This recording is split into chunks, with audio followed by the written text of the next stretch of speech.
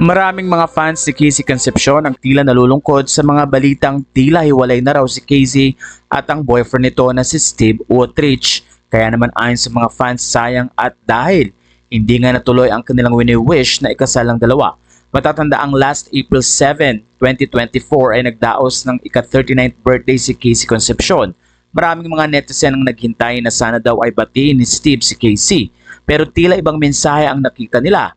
At ayon nga sa mga nakakita ng mensahe sa Instagram story na ngayon ay deleted na, ang wish daw ni Steve ay makahanap si Casey ng taong magpapasaya at makita ni Casey ang kanyang hinahanap. Kaya naman sa puntong ito, marami ang netizen na nagbigay ng kanilang conclusion na baka daw hiwalay na nga si Casey pati na rin si Steve. Narito ang naging usapan ng mga netizen.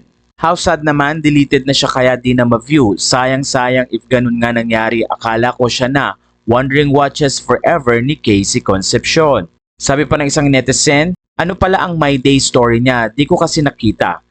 Sabi ng isang sumagot naman ng isa at sinabi ang ganito, that he hopes Casey will find what she's looking for. Kaya naman ayon sa mga fans, kung totoo man ang balitang wala na si Casey at si Steve, sayang naman daw ang mga taon at araw na pinagsamahan nito.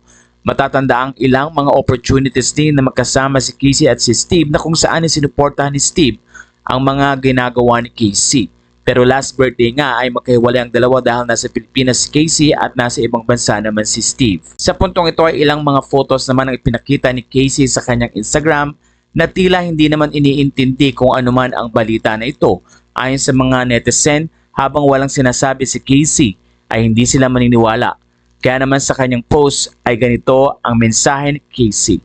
Live life in full bloom, all the flowers of all tomorrow start with the seeds today. Isang photo din na pinakita ni Casey na kung saan ay makikita ang kanyang cake.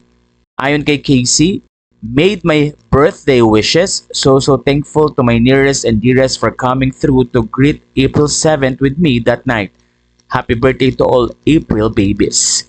Binati naman si Casey ng kanyang mga kaibigang artista pati na rin ng mga netizen.